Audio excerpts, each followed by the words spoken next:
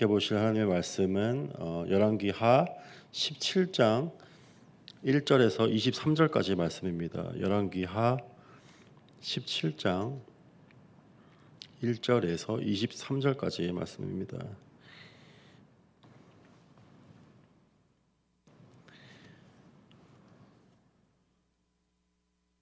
찾으셨으면 한 절씩 교독하시겠습니다. 유다의 왕 아하스 제12년에 엘라의 아들 호세아가 사마리아에서 이스라엘 왕이 되어 9년간 다스리며 여호와께서 보시기에 악을 행하였으나 다만 그 전 이스라엘 여러 왕들과 같이 하지는 아니하였더라. 아수르의 왕 살마네셀이 올라오니 호세아가 그에게 종이 되어 조공을 드리더니 그가 애굽의 왕 소에게 사자를 보내고 해마다 하던 대로 아수르 왕에게 조공을 드리지 아니하매 아수르 왕이 호세아가 배반함을 보고 그를 옥에 감금하여 두고 아수르 왕이 올라와 그 온 땅을 두루 다니고 사마리아로 올라와 그곳을 3년간 에워쌌더라. 호세아 제9년에 아수르 왕이 사마리아를 점령하고 이스라엘 사람을 사로잡아 아수르로 끌어다가 고산 강가에 있는 할라와 하볼과 메대 사람의 여러 고을에 두었더라. 이 일은 이스라엘 자손이 자기를 애굽 땅에서 인도하여 내사 애굽의 왕 바로의 손에서 벗어나게 하신 그 하나님 여호와께 죄를 범하고 또 다른 신들을 경외하며 여호와께서 이스라엘 자손 앞에서 쫓아내신 이방 사람의 규례와 이스라엘 여러 왕이 세운 율례를 행하였음이라.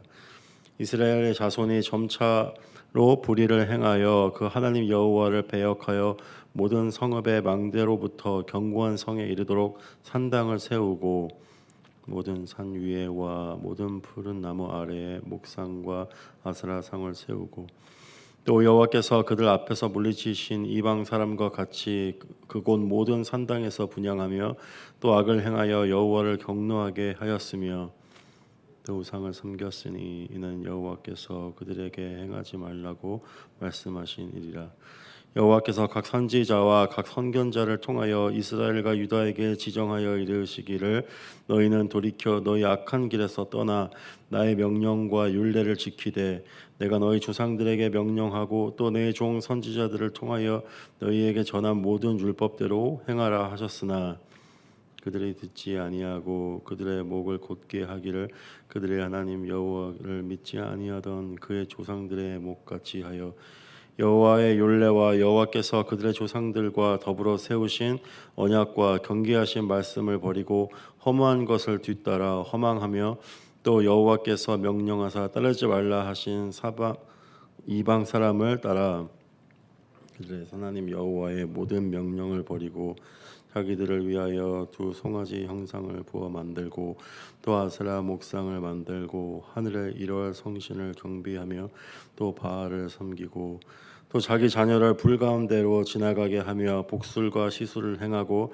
스스로 팔려 여호와 보시기에 악을 행하여 그를 경노하게 하였으므로 여호와께서 이스라엘에게 심히 노하사 그들을 그의 앞에서 제거하시니 오직 유다 지파 외에는 남은 자가 없으니라. 유다도 그들의 하나님 여호와의 명령을 지키지 아니하고 이스라엘 사람들이 만든 관습을 행하였으므로 여호와께서 이스라엘의 온 족속을 버리사 괴롭게 하시며 의락군의 손에 넘기시고 마침내 그의 앞에서 쫓아내시리라. 이스라엘을 다윗의 집에서 찢어 나누심에 그들이 느밧의 아들 여로보암을 왕으로 삼았더니 여로보암이 이스라엘을 몰아 여호와를 떠나고 큰 죄를 범하게 하매 이스라엘 자손이 여로보암이 행한 모든 죄를 따라 행하여 거기서 떠나지 아니하므로 함께 읽겠습니다. 여호와께서 그의 종 모든 선지자를 통하여 하신 말씀대로 드디어 이스라엘을 그 앞에서 내쫓으신지라. 이스라엘이 고향에서 아수르에 사로잡혀 가서 오늘까지 이르렀더라.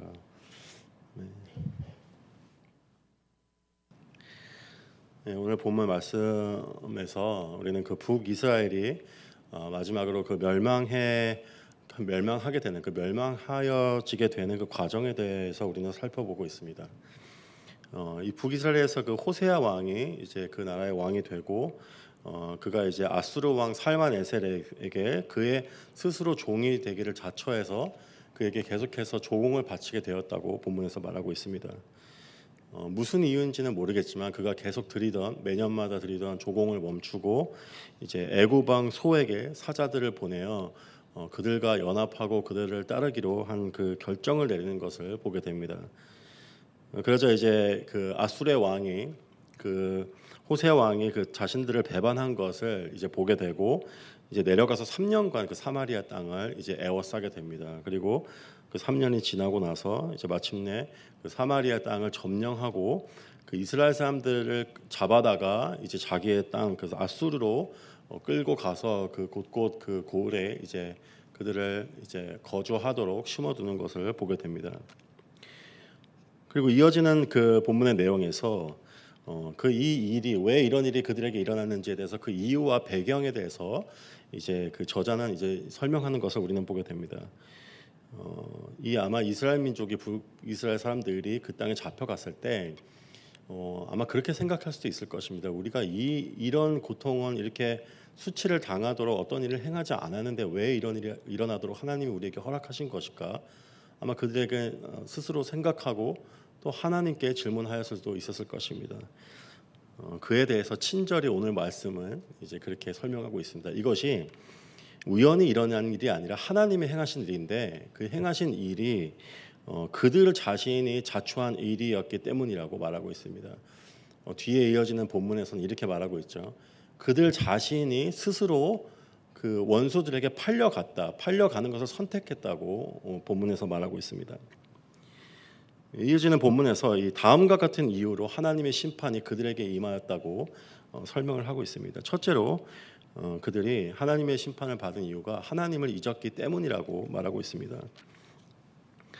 애굽 땅에서 인도하여 내신 그 하나님을 그들이 그 하나님께 범죄하였다고 오늘 본문에서 말하고 있습니다.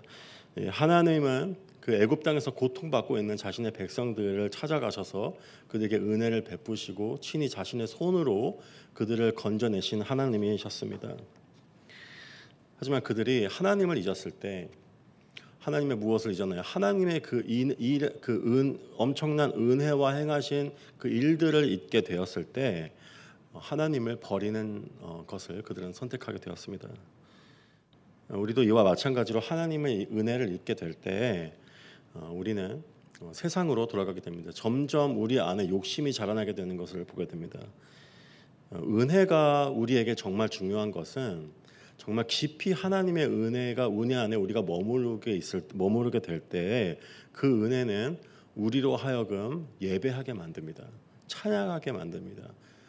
우리가 하나님을 예배하고 찬양하는 것은 어떤 의무 때문이 아니라 내 안에 깊숙이 그 영혼 깊이 그 빈 곳을 온전히 채워주는 그 은혜가 그 모든 것을 채워주기 때문에 더 이상 바랄 것이 없기 때문에 그것에 반응하는 우리가 찬양과 예배로 우리는 반응하며 나아가게 되는 것이죠. 하지만 하나님의 은혜가 우리 마음 깊숙한 곳을 채워지지 못하게 될 때 우리는 무엇으로 내 마음을 채울 수 있을까? 세상에 우리는 눈을 돌리게 되고 헛된 것으로 우리 마음을 채우게 되는 것을 선택하게 됩니다. 둘째로 하나님이 그들 앞에서 쫓아내신 이방 사람의 규례와 행위를 쫓았기 때문이라고 오늘 본문은 말하고 있습니다. 하나님께서 이스라엘 민족을 이제 출애굽하셔서 가나안 땅에 이제 거하게 하셨을 때 그곳에서 하나님이 이방 사람들을 모두 몰아내고 제사 제도를 만드시고 하나님을 온전히 예배하고 찬양하고 하나님과 거하는 그런 온전한 거룩한 백성으로 만들기를 하나님이 원하셨습니다. 하지만 그들은 하나님을 온전히 바라보는 것이 아니라 그들 곁에 있는 이방 사람들을 조금씩 이제 살펴보기 시작했습니다. 그들이 자신이 누리고 있는 것보다 더 많은 것을 누리게 되고 그들은 하나님이 비를 내리시고 하나님이 그들을 찾아오시는 것을 계속 기다려야 되는데 그들은 우상을 숭배함으로 자신의 지혜와 방식으로 바로바로 자신이 원하는 것을 얻어내는 것을 그들은 아마 보았을 것입니다. 그때 그들은 점차 그들의 방식을 따르는 모습으로 점차 이방 사람의 모습으로 변화가게 되었다고 오늘 본문은 이야기하고 있습니다. 우리 또한 이 삶에서 우리 세상에서 믿지 않는 사람들이 자신들의 그 지혜와 또 자신들의 방식과 또 술수와 또 죄를 통해서 자신들이 원하는 것을 바로바로 취하게 되는 것을 우리는 보게 됩니다. 우리가 가질 수 있는 것, 하나님이 허락해 주시는 것보다 더 많은 축복과 부를 그들이 누리는 것을 우리는 보게 됩니다. 그때 우리는 이런 질문을 할 수가 있습니다. 내가 정말 하나님의 방식을 정말 고집을 해야 되는 것인지, 하나님이 허락하시는 것만으로 내가 정말 만족을 해야 되는 것인지, 아니면 어쩌면 그들의 방식을 따라서 나도 그들처럼 그들이 누리는 것을 조금 더 누릴 수 있는 것은 아닌지 우리는 생각을 하게 됩니다. 내가 하나님만을 보고 바라보는 것이 합당한 것인지 옳은 것인지를 생각하게 되는 것이죠. 그때 우리는 점차 그들의 방식을 조금씩 따르게 되고 그들의 모습으로 변하게 됩니다. 그럴 때 우리는 교회 밖에서 남들이 보았을 때, 믿지 않는 사람들이 우리를 보았을 때 구별된 모습, 하나님의 백성 크리스찬들의 삶이 아니라 그들과 다르지 않는 모습, 그들처럼 말하고 그들처럼 행동하는 그런 그들과 다르지 않는 모습으로 변해가게 되는 것을 우리는 보게 됩니다. 오늘 말씀 9절에서 이렇게 말하고 있습니다. 그들은 점차로 불의를 행하였다고 말하고 있습니다. 이제 다른 버전에서는 그들이 아주 비밀스럽게 은밀하게 하나님 앞에서 불의를 행하였다고 말하고 있습니다. 이 북이스라엘 백성들이 하나님을 완전히 버린 것은 아니었습니다. 겉으로 봤을 때 제사 제도를 완전히 폐하거나 하나님께 절기마다 나아가는 그런 것을 완전 폐하는 것은 아니었습니다. 하지만 그들은 겉으로는 하나님을 예배하는 모습을 그대로 갖추고 있었지만은 마음속으로 보이지 않는 곳에서 은밀히 죄를 범하고 우상을 예배하고 있었다고 오늘 본문은 말하고 있습니다. 모든 성읍과 산당에 모든 성읍에 산당을 세우고 모든 산 위에와 그 푸른 나무 아래 그 보이지 않는 곳에 그 목상과 아세라상을 세웠다고 오늘 본문은 말하고 있습니다.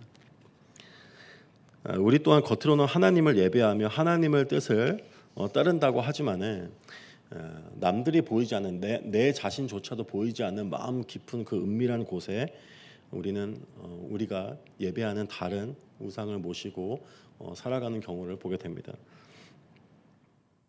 하나님의 주시는 복도 원하고 또 동시에 우리 주위에 믿지 않는 사람들이 누리는 것, 그 세상의 방식으로도 우리가 복을 받기 원할 때 그때 은밀한 죄가 우리 안에 들어오게 되는 것이죠. 은밀한 그들이 섬기는 것이 내 안에 이제 들어오게 되는 것입니다. 그럴 때 우리는 우리의 스스로의 눈이 가려워져서 그것이 내 안에 있는지도 모르는 스스로의 눈이 가려진 그런 삶을 우리는 살아가게 됩니다. 또한 오늘 본문에서 그들이 하나님의 말씀을 듣지 않았다고 말을 하고 있습니다. 계속해서 하나님의 사람들을 보내서 선지자, 선견자들을 보내서 그들에게로 하여금 악한 길에서 떠나서 하나님의 법도를 따를 것을 계속해서 하나님이 반복해서 말씀하셨고 호소하셨고 그들에게 사람을 보내셨죠. 하지만 그들은 그들의 조상과 같이 목을 굳게 하였다고 말하고 있습니다.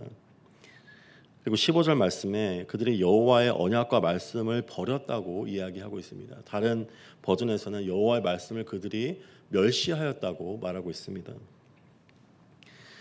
우리는 하나님의 말씀과 뜻을, 하나님의 음성을 듣고 하나님의 뜻을 알기를 원하지만 정작 우리가 깨달아야 되는 사실은 하나님이 우리가 꼭 알아야 되는, 우리에게 말씀하고자 하는 것들을 벌써 성경을 통해서 우리에게 허락하셨다는 사실을 우리는 많은 경우 잊고 살아가고 있습니다. 대부분의 크리스찬들이 절반 이상의 크리스찬들이 평생 교회를 다니면서 성경을 처음부터 끝까지 일독도 하지 않으면서 살아가고 있다는 조사를 저는 예전에 본 적이 있습니다. 우리에게 허락하신 그 성경 말씀, 우리에게 주어진 성경 말씀을 우리가 계속해서 보지 않고 살아가는 것은 그때 우리가 스스로 생각하는 건 내가 크리스찬으로서의 어떤 의무를 다하지 않고 살아가고 있다고 생각하기도 하지만은 어떤 그런 의무와 어떤 그런 차원의 그것이 아니라 하나님이 오늘 살아계셔서 우리에게 말씀하시고 있는 통로 그 말씀을 우리 하나님의 말씀을 버린 것과 같은 멸시하고 있는 것과 같은 삶을 사는 것은 아닌지 우리가 한번 자신을 돌아보길 원합니다. 우리는 말씀 없이도 세상을 살아갈 수 있고 말씀 없이도 하나님의 뜻을 분별할 수 있다고 생각하게 될 때 말씀을 버린 듯한 그 말씀 없이도 살아가는 그런 삶을 우리는 살아가게 됩니다. 그리고 오늘 본문 15절에서 허무한 것을 뒤따라 그들 자신이 허망하여졌다고 말을 하고 있습니다. 우리는 세상의 사람들이 따르는 그 세상의 그 물질과 세상의 성공과 세상의 쾌락들을 끊임없이 우리는 추구하며 쫓아가게 될 때 그런 허망한 것을 계속해서 뒤따르게 될 때 우리 인생 또한 우리 자신 또한 허망하게 되어버리게 된다고 오늘 말씀은 우리에게 경고하고 있습니다. 우리가 세상의 가치를 따르고 세상 안에서 우리가 높아지고 풍족하게 될 때 의미 있는 삶을 살고 사람들을 인정하게 되는 그런 삶을 살게 될 것이라고 착각하고 있지만은 정작 우리는 세상이 아닌 하나님을 쫓는 삶을 살게 될 때 그게 세상의 사람들의 눈에 나의 눈에는 아주 하찮고 어떤 부족한 인생처럼 보일지라도 하나님을 따르는 삶이 하나님이 인정해 주시는 그런 가치 있는 삶인 것을 우리는 깨달아야 할 것입니다. 위에 나와 있는 이 이스라엘 민족들이 어떻게 자신 스스로 이런 일을 초래하고 자신 스스로 팔려가게 됐는지 이 내용을 보면서 저는 그런 생각을 좀 해봤습니다. 위에 있는 내용들이 어쩌면 우리가 오늘 삶을 살면서 이 내용들을 봤을 때 그게 그렇게 심각하게 보이지 않을 수도 있겠다는 생각을 저는 하였습니다. 누구나 세상의 것을 누리고 싶어 할 것입니다. 그거를 마다하는 사람은 없을 것입니다. 모두가 세상의 것을 조금씩 누리고 싶어 하고 세상 속에서 인정하고 그런 행복하고 복된 삶을 우리 모두는 살아가고 싶어 합니다. 그리고 이제 인생을 살아가다 보면 내게 주어진 일을 또 가정을 돌보다 보면은 또 바쁜 삶을 살다 보면은 말씀을 안 볼 수 있고 인간이기에 그것을 소홀할 수 있다고 우리는 충분히 생각할 수가 있습니다. 하지만 우리는 이스라엘 민족이 행한 것처럼 그들이 한 번에 이 모든 것을 행한 것이 아니라 점차 조금씩 타협하기 시작하고 점차 조금씩 세상의 모습으로 따라가게 될 때 그들이 하나님을 완전히 떠난 모습으로 살아가게 됐다는 것을 우리는 기억해야 합니다. 겉의 모습은 전혀 문제가 없었죠. 우리 또한 겉의 모습으로는 교회에 나오는 성도로 교회에서 섬기고 그런 완전한 모습으로 살아가지만은 마음 깊숙한 곳에 은밀히 우상을 쫓고 죄를 범하게 될 때 하나님의 분노가 우리를 향하게 되는 그 자리로 우리는 점차 나아가게 된다는 것을 우리는 기억해야 합니다. 오늘 우리 신약의 시대를 살아가는 사람들이 이 모습을 봤을 때 우리는 기억해야 되는 사실이 있습니다.